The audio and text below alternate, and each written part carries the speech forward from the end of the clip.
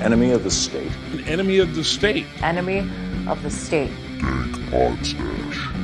You're listening to Enemy of the State's Dank Pod-Stash.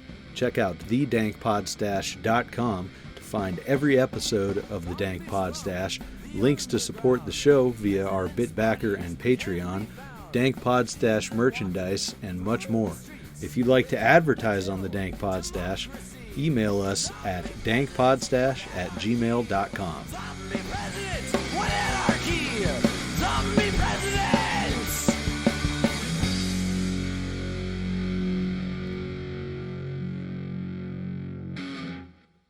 You have made your way to episode 52 of Enemy of the State's Dank Pod-Stash. Before we jump in, I got to tell you we have a special offer for our listeners from friend of the show, author and content creator, and last episode's guest, Shane Radliff of Liberty Under Attack Publications.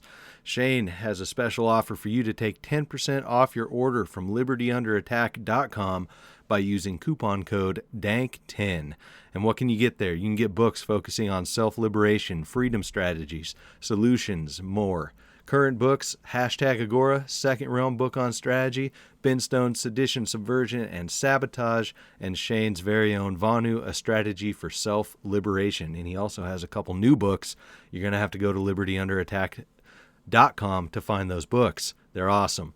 Definitely check them out. He also offers assistance to new authors throughout the publishing process, including editing, proofreading, formatting for Kindle and paperback, and full-service audiobook production.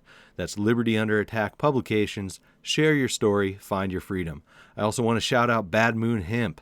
Check out badmoonhemp.wordpress.com. It's your one-stop shop for all your handmade hemp needs. I use their beard oil and beard balm. I'm going to get some soap. They got all kinds of cool stuff there. Check it out, badmoonhemp.wordpress.com. And now, get ready for our conversation with Aaron Peterson on episode 52 of the Dank Pod-Stash. Episode 52 of the Dank Pod-Stash with Aaron Peterson, our first time meeting. So, what's up, man? How you doing? Good, man. Good to meet you. You too. Tell me and the listeners about you, because like I was saying right before this, I don't know anything other than we both post some dank memes. Yeah, I'm married. Got 3 boys. We homeschool our kids. You know, we try to get away from the system as much as we can. You know, it's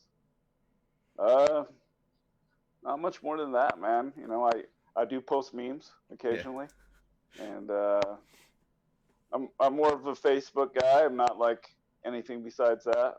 Yeah. Not Twitter or Instagram or any of that stuff. So. I hear that. Yeah, that's cool. Definitely just trying to stay out of that government system in all aspects, huh? Pretty much, man. Yeah, pretty much. Yeah, we actually unschool, so that's basically we don't follow any type of curriculum. You know, it's child-led learning, and if they're interested in something, we will jump right in and feed them full of all the information we can on any subject. Awesome. So, that's the thought is. Yeah, the thought is cool. that. Yeah, if they're interested in something, they'll be like a sponge, you know, and then you can't get enough of it. That's awesome. I mean, more and more people who do that or who are interested in that. My wife and I don't have kids yet, but we plan on it, and that's the route we plan on going as well. So I always like talking about that with people who are doing it. What do you find? Okay, so I have a lot of questions about this actually that I'm going to ask you because I find it very interesting. First and foremost. Oh, no problem. The basic stuff that is, you know, mandatory in public schools and government schools, even private schools, like math and writing and all that stuff. How do you work that in, or do you wait until your kids are interested in finding out more about those subjects?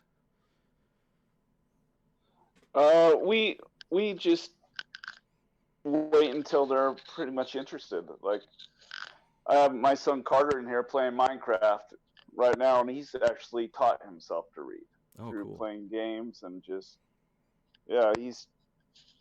just happened, man. It's weird. We've had no formal education for him at all. He just taught himself how to read. You see the same different words every day, or same words every day, different words. Just teaches himself pretty much, man.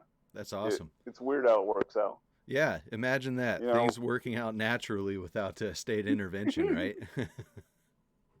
Yeah, I mean, your kids learn to talk. You don't really teach them how to talk. They just learn to talk. They learn to walk. They can learn to read by themselves as well. Nice. Has anyone of the kids gotten interested in math thus far? Not really math per se. I mean, they know how to do simple math, and we've kind of incorporated money to,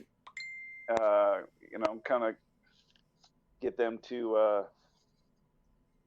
those fundamental mathematics. Nice. Use money and whatnot. Hell yeah. So, yeah, that's interesting. It's got to be kind of a hard thing to explain to other people based on what your kids are doing, because every kid's obviously extremely different, and they're going to find their own path. Yeah, and that's what I found unschooling's all about, is like you let the kid find their own path, and when they're interested in something, like I said, they'll grow to love it, and then you just jump right in it, Mm-hmm. If you go to school, it's just like a curriculum, and this is what you're supposed to learn, so if a kid's not interested in what he's learning, he'll just say fuck it, he stop paying attention. Yeah. I did that. Hindsight being 2020, I wish that's the way it would have been for me, because there's so much useless junk, that you learn in school that you never use again, or you could use but you don't want to, and it's just like, man, if I could have just pursued my interests, that'd be interesting. Pretty much, man. Do you do any it's a bunch of useless shit? Yeah. Do you do any I don't know, kind of group stuff with other kids who are in similar situations? Not really, man. Not right now. We're more family oriented. We my wife's parents and her brother live within a block from us. So nice. We kind of just hang out with the fam. Cool. So that's good. Yeah, all the goals I'm looking forward to. I'm trying to get my family to get up here from Arizona to Washington, where I moved with the wife to buy some land and whatnot. So I think that's awesome. Yeah, we're in Utah right now. Yeah, you're down there in Mormon country with Daniel Johnson and Hody Johns and Quinn Simmons and all these guys. Mormon anarchists are taking over, man. Yeah.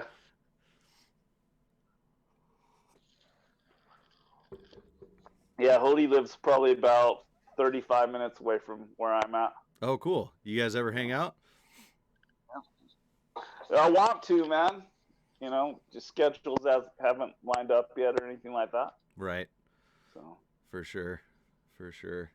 That's awesome. Yeah, I don't know.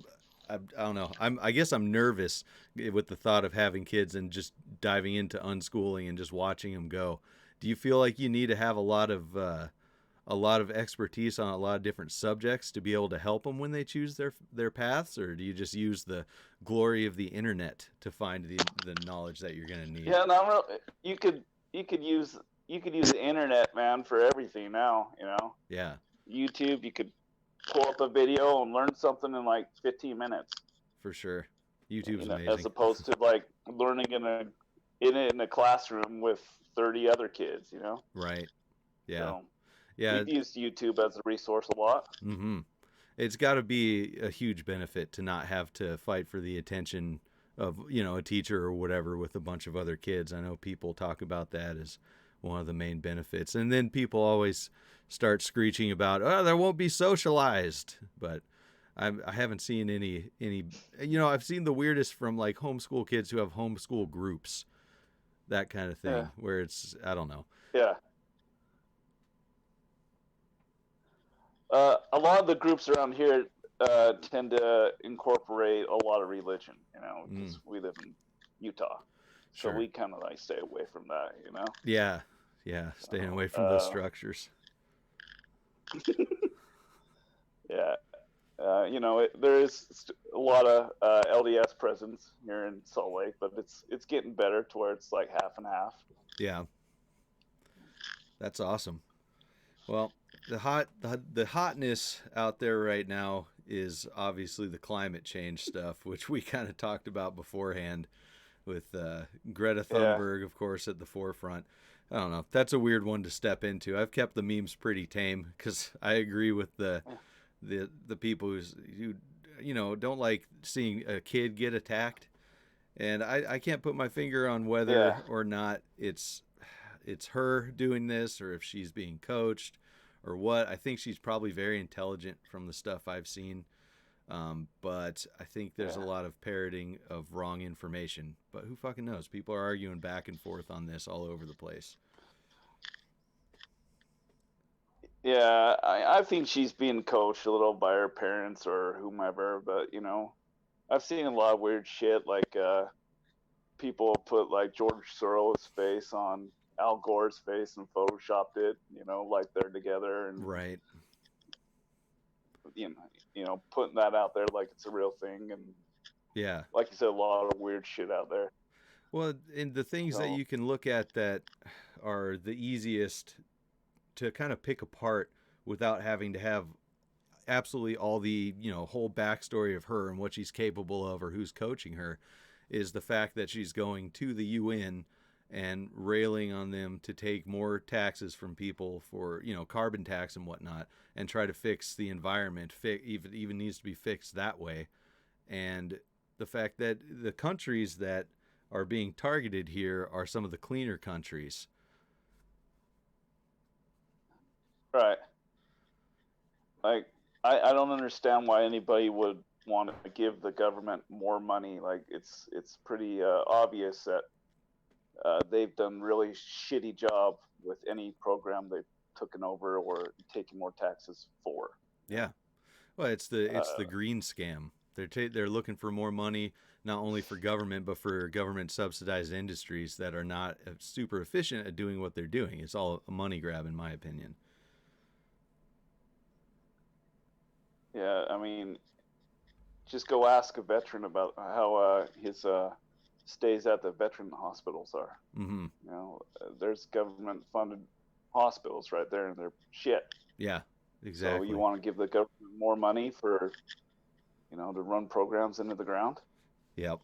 Yeah, I actually came across a pretty interesting little infographic, and it was someone titled it "Fact Checking Greta."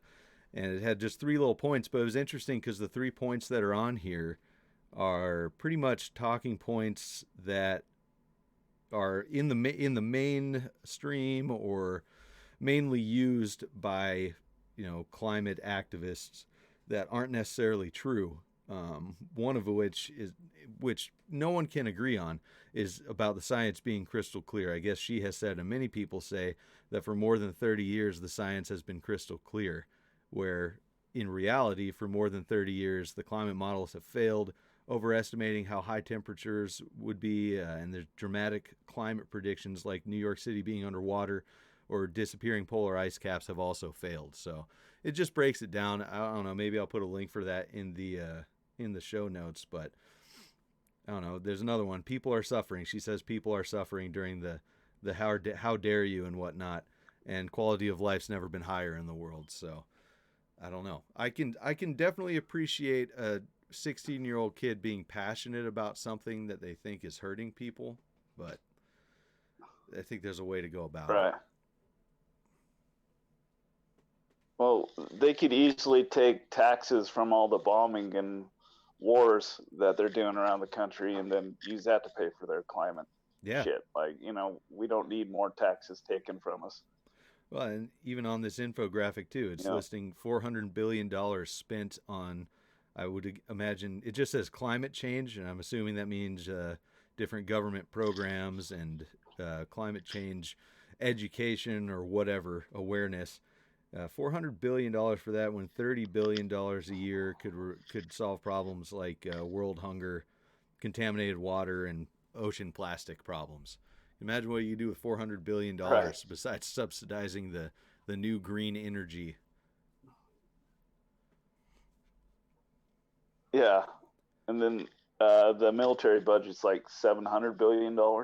It's ridiculous. You know? I mean, and then they pollute the most. The U.S. military is one of the largest global exactly polluters. It's crazy. Not to mention murderers. I don't know. It's just so ridiculous when you know all this stuff, or when you see the numbers and you're like, why are we railing on Sweden to put out less emissions? I don't know. It's crazy. Right. You know, at least with the David Hogg kid too, at least he was a little bit older than her, and he was going after people's rights. So, you know, I could see people making fun of him and like posting memes about him and shit like that. Like I did that. Yeah, for sure. But I think this Greta thing's a little bit different. You know, she's a kid and she's obviously being kind of pushed, but I think she's still a kid. Yeah. Yeah. You know, I don't even know if that David Hogg guy was still in high school.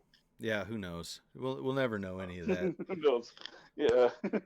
It's crazy, but it's weird too, because you see pictures of this Thunberg chick with these. It looked like she was wearing a suit, some sort of I don't know, suit for when she was traveling across the ocean, and it had her name and a bunch of different company sponsors and stuff on it. Or she's sitting in a train eating this big meal.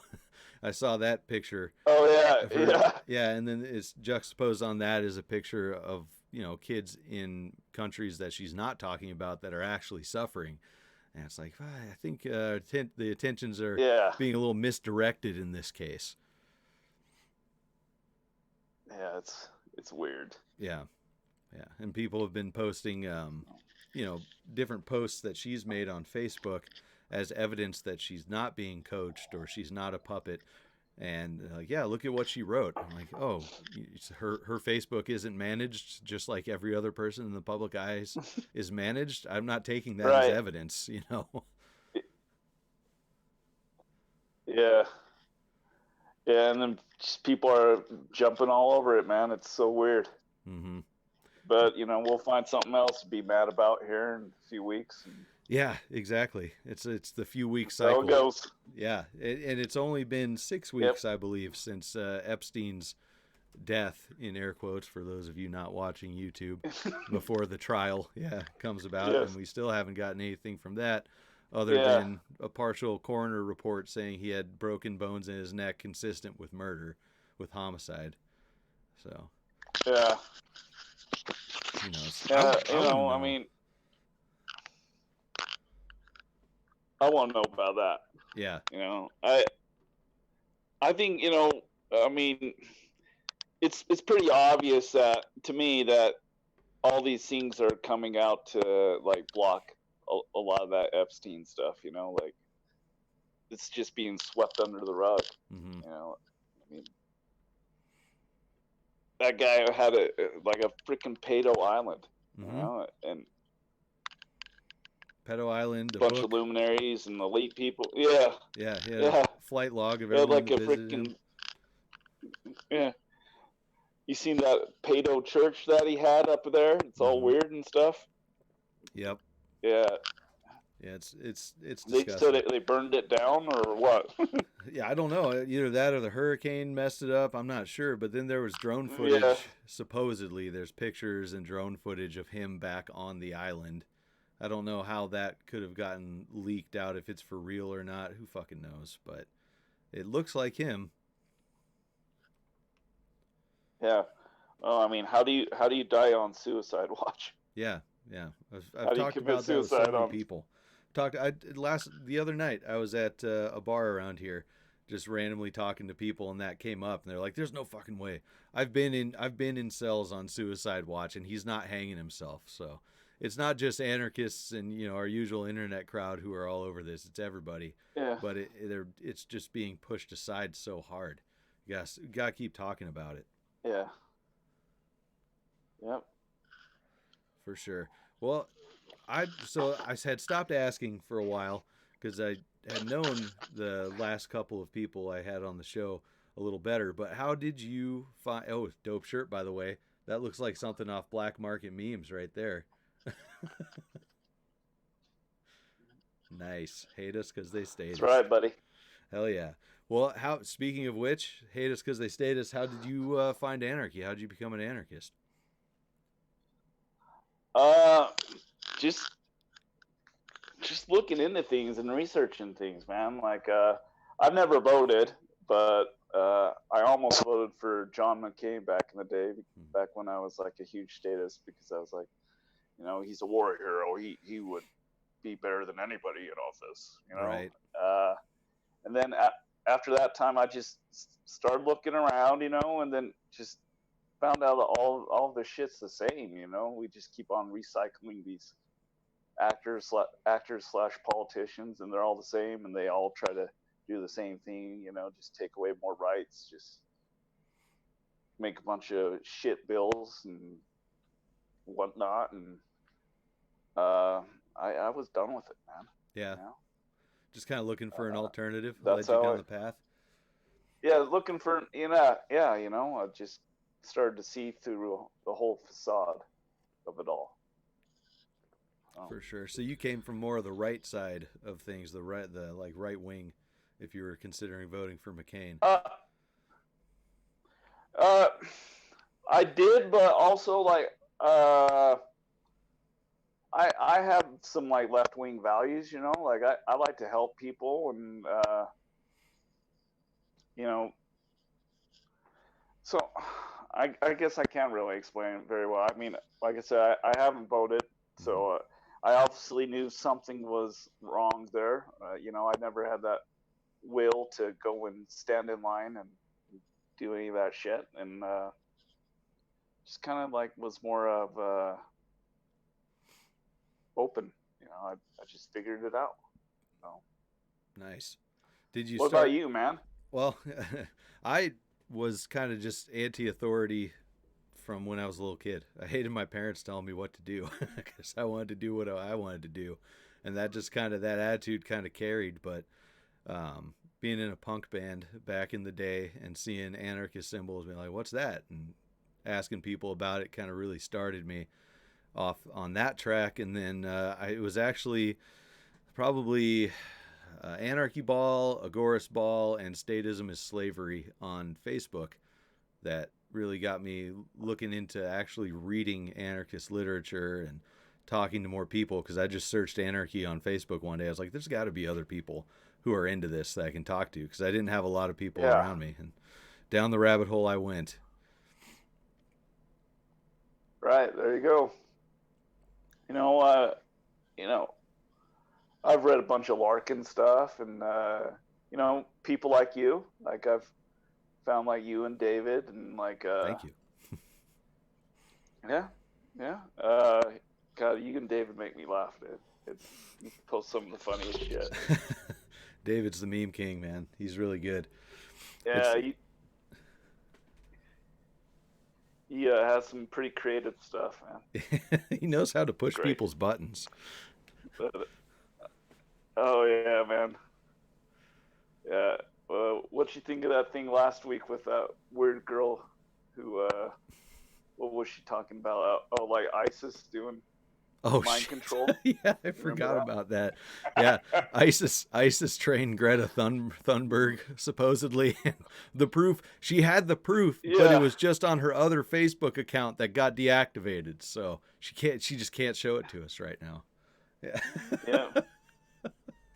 Yeah, that was so funny, dude. I was trying to go to sleep through all of that, man, but I couldn't. It was too funny. She took a liking to me for some reason, and I'm out. I had to jump out of that thread. She was about to send you nudes. Oh God, nope. It doesn't happen the same. It doesn't happen for me the same way as it happens for the women in anarchy. It's just they get a whole slew of them. If I get them, there's not many of them, and they're not great. So I think the last one wasn't nudes, but it was selfies from, I think she was probably in her 80s, and they were very hard to look at selfies. And it was an immediate block on that one. That's probably a good move. Yeah, that was weird. When you add somebody, Like, all right, new friend in the anarchy world, and then you immediately get a little wave message or trying to sell you something or strange selfies. It's time for that block button. Yeah, that's navigating the online space is unfortunately pretty necessary for networking, just so we can, like this, like we can meet like-minded people, do shows like this, learn more stuff. I'd like it to have more in real life interactions, but everybody's so spread out. It makes for I don't know, it's a little depressing when you think of things like the Boogaloo. Not that we necessarily want the Boogaloo to happen, but if shit went down, we're all fucking really far apart. It'd be pretty hard to unite in the face of pretty major danger. Yeah, no doubt, man. Yeah. I've met a few people here in Utah, you know. I was helping someone today, an anarchist, and her husband move out of their guitar shop. So, cool. You know, I've met a few people. So, anarchist guitar shop, hell yeah! I've convinced a few. Yeah, they're actually trying something else now, but I was just volunteering myself to help out. You know. Sweet. You said you've convinced a few people around your area? Yeah. Mostly family members. Nice. You know, I don't have that awkward stuff where, you know, like you're butting heads against each other. I try to use humor a lot when I'm talking about different philosophies to kind of get people to laugh about it, and then, you know, plant that seed in there, and then they're actually kind of start thinking about it themselves. Yeah, that's what I do. That's absolutely good. That's why I like memes so much. They're planting a seed, for sure. Yeah, I don't know. It depends on the person for the approach, I guess, and it really depends more in face-to-face interactions than online, because I don't think anybody really acts how they, you know, truly do when they're online. There's a lot of people who are much bigger assholes online, or, you know, fake in some way or another. Right. I'm certainly, like, nobody knows who I really am that hasn't met me in real life. I'm pretty normal online, but I'm a little more reserved, I think, in real life too. I'm pretty much the same way, man. I'll just joke about anything. I don't care if it's offensive, as long as it's funny. Mm-hmm. You know, so. For sure. And nothing's safe when it comes to memes, I don't think. No. Yeah. It's good for a laugh. Everybody's, you know, there's a lot of people in this world who are trying to decide what's funny nowadays. Right. And, you know, it's either all funny or none of it is. Mm-hmm. So you got to just laugh at yourself a little bit more. Yeah, well, and, you know, they're trying to dictate stuff like that through the different rules and whatnot they impose on Facebook and how easy it is to report people. I always see people announcing their departure from Facebook. Like, fuck this platform, I'm not going to be on here anymore. And, like, well, and then they come back a week or a month later or something like that. It's like, where are you going to go? You know, because I'm in the same boat as you. There's not a whole lot of people like us that we can walk down the street or go to the bar and talk to. So you're going to be back talking to all of us on Facebook because no one's made the move to Minds or MeWe or anything like that in mass yet. Yeah, Facebook definitely has the platform. Mm-hmm. So, I always think that's funny as well when they're like, oh, tomorrow I'm leaving Facebook, and then there's like 30 comments. No, don't come back. Yeah, don't go. Yep. It's always good when it's a meme dealer, too. You know they're not going to stay away from dropping memes. Yeah. They'll be back. Oh, yeah. That's right, buddy. It's interesting, too. We were talking about David before and his memes. I see a lot of his originals start to circulate through further and further out. Like, just, I don't know, friends or people I knew from high school or after that have no involvement in, you know, the anarchy community that we frequent or anything like that. I start seeing David's memes pop up in some of their stuff on Instagram or on Facebook. I'm like, damn, that went far. He's getting out there. So that's just proof that memes are a good seed to travel. Right. Yeah. It's simple, man. It's a picture and a few words. Mm-hmm. And hopefully you laugh. Yeah, absolutely. I want to read. He's using his real name now, but he was going by Mance Raider, Pete Raymond or Pete Canones or something like that. Oh yeah, I know who he is. Yeah, Yeah. Free Man Beyond the Wall podcast. I want to read his book, Freedom Through Memedom. I need to order that. I've heard good things. Yeah, that guy's awesome as well. He is. I see a lot of his stuff around, and he's a pretty funny guy. Mm-hmm. Yeah, I was actually I've shared a lot of his shit. I was looking at some of his interactions in the Mises Caucus, that Libertarian Party group, and I stumbled across a debate between Nicholas Sarwark and Dave Smith, the comedian. And I don't, I like ragging on the LP just as much as anybody else, but watching that, man, that was pretty good. Watching a comedian wreck the Libertarian National Committee's fucking chair at a debate was really awesome. It's interesting to look into the libertarian politics every once in a while too, just to check in on what those goofy bastards are doing. I don't understand it, man. Like, there's a lot of good people in that community, but to think that you could get into government and just try to just change it a little, I just don't think that works. I don't think so either. No. Well, I usually make the comparison to like gaming models, like in online games or board games or whatever, anywhere that you have some sort of digital currency that you're working with in the games. People always want stuff for free, so you can kind of compare it to government programs or just the way government functions anyways. Right. You're going to get some stuff for free. They're going to give you a little, but then they're going to take on the backside more to fund that. And it's the same way with how government works. Like up here in Washington, there's been no state income tax. It's been voted down for 85 years, and they want to impose a state income tax now. It's like, well, there's already passes to go out into nature. You have to get a discovery pass. You have higher sales tax. You have sin taxes on alcohol and stuff like that. Your driver's license and vehicle registration costs more than it does in states with sales taxes. So they're getting that money that they're not getting in your income tax. And then when people shot them down once again for wanting to impose an income tax, they said, oh, well, I guess we'll just do a closed door council meeting and see if we can vote it in ourselves with no public influence. And it's like, so what are you even doing? You're trying to fight this, and they're just going to do it anyways. Right. It just sucks, man. Mm-hmm. I don't know how to get there, man. How to change all this shit either, Well, honestly, what are your ideas? Honestly, Boogaloo seems like the only way that anything would change in our lifetimes. Because I'm not really interested in that, because I think a lot of innocent people are going to die, and I don't want to have to look over my shoulder every day. Yeah. But the only way that we're getting to, I don't know, say the agora, the free market, where where everything good can come from, is a mass shift in consciousness, a change in mind of everybody, or at least most people, because statism is never going to be fully zero.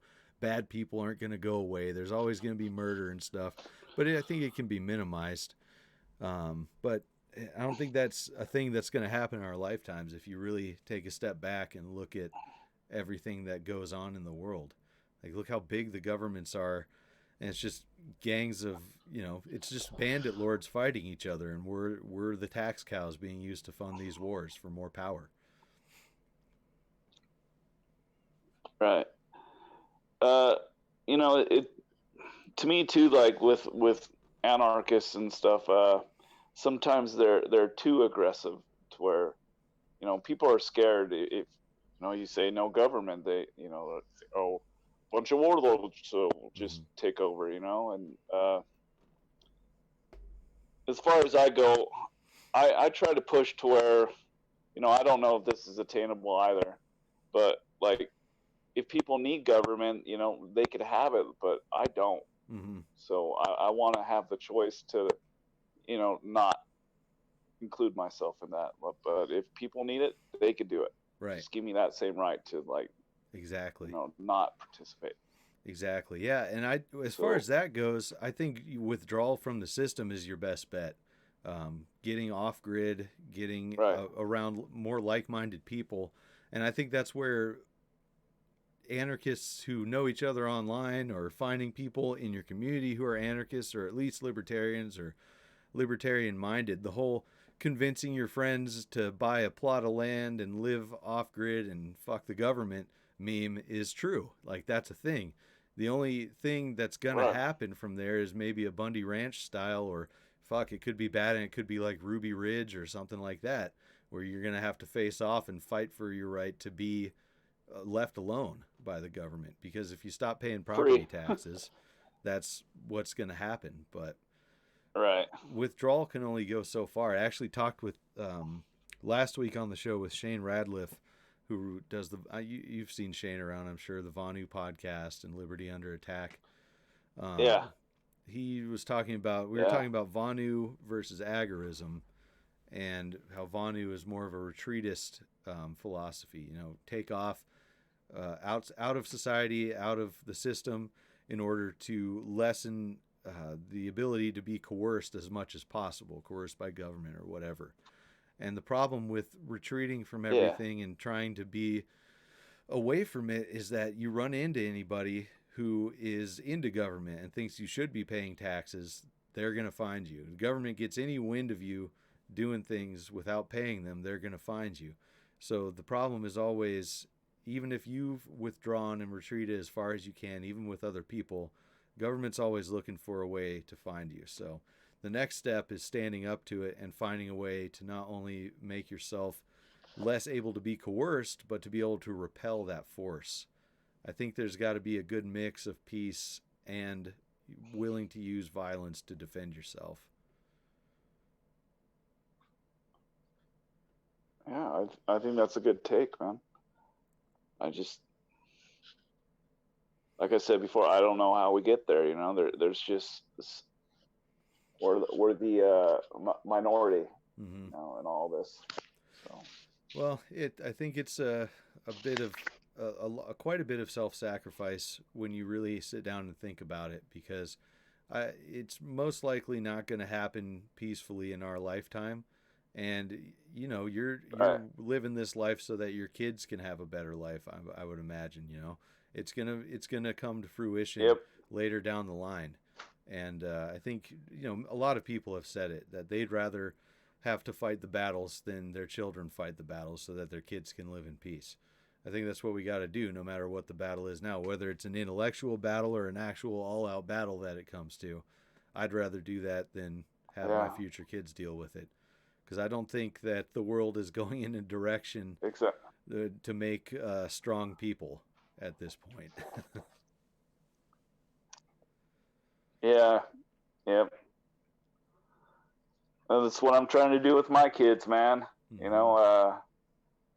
I've tried not to be like a very authoritative parent either. I try to reason with them, and if we can't reason, I'll just back off. They do their own thing, I do my own thing. Right. It kind of works with the whole unschooling style anyway. So sure, that's one thing that has always really, it's just kind of blown my mind, is how mad people get, even people who don't have kids, when you suggest that you reason with your kids rather than be authoritarian, whether it's through punishment, physically or however. People just get so, I was spanked as a kid and I turned out fucking fine. And it's well, did you? Because you seem pretty pissed right now. Right. Meanwhile, I'm going to go spank my kids. Yeah, exactly. Right. Yeah. I don't know. I didn't really get spanked when I was a kid. I think my mom tried, but I laughed at her. So she just stopped after that, Yeah. So. The saying I like, You know. I always butcher. I'm terrible at pulling up quotes out of my brain, but something like, if your kid's too young to understand reason, then they're too young to understand why they're being hit. And if they're old enough to understand reason and you're still hitting them, then you're being lazy when you're being a bad parent pretty much. You're being intellectually lazy because you're not reasoning with them. And that makes sense, you know. Why are you hitting a kid if they don't understand? And if they do understand, why are you fucking hitting them? Yeah. Exactly, man. I understand that people get frustrated, but I mean, do you go out and hit people you get frustrated with at work or at the bar or wherever? I mean, well, maybe the bar is a bad example because most people do, but yeah, you'll get arrested, right? Yeah, yeah, depending on how fast you run. Yeah. For sure. Yep. Sweet, dude. Well, let's call our show. I know we're both busy today. I got shit to do. We'll jump into the all right, dude. We'll jump into the Patreon after hours real quick. We can talk about that question you've been mulling over. And if anybody wants to see that, you can go to patreon.com/thedankpodstash. Shout out to Hody, Joa, Dave, and possibly Adam Howard if you're still a patron. Thanks for helping out, keeping the show afloat. And thanks for coming on the show, man. It was good to talk to you. Hey, it was good to talk to you too, man. Sweet. If you're ever out this way, hit me up. Hell yeah, of course. I got to hit up a ton of people in Utah. Let's make an anarchy fest in Utah. Hey, I got the space, man. We could do something. Yeah, that'd be sweet. Yeah. Fucking We A. could do like a little pool party or something. Hell yeah. That'd be dope. So, Maybe get some swimsuits on. Next time I road trip down to Arizona to visit family, I'll plan on stopping in Utah for a while. All right, yeah. Well, I'm just right off the freeway. Sick. So. Hell yeah. Well, you There's heard only it here. one main freeway here, and you heard it here, people. Pool party at Aaron Peterson's house. I'll put out the invites. Yep. Sweet. Bring your own beers. Yeah. Sounds good. All right. Thanks for listening, everybody. Remember, total freedoms, no exceptions. Zombie presidents, what anarchy! Zombie presidents!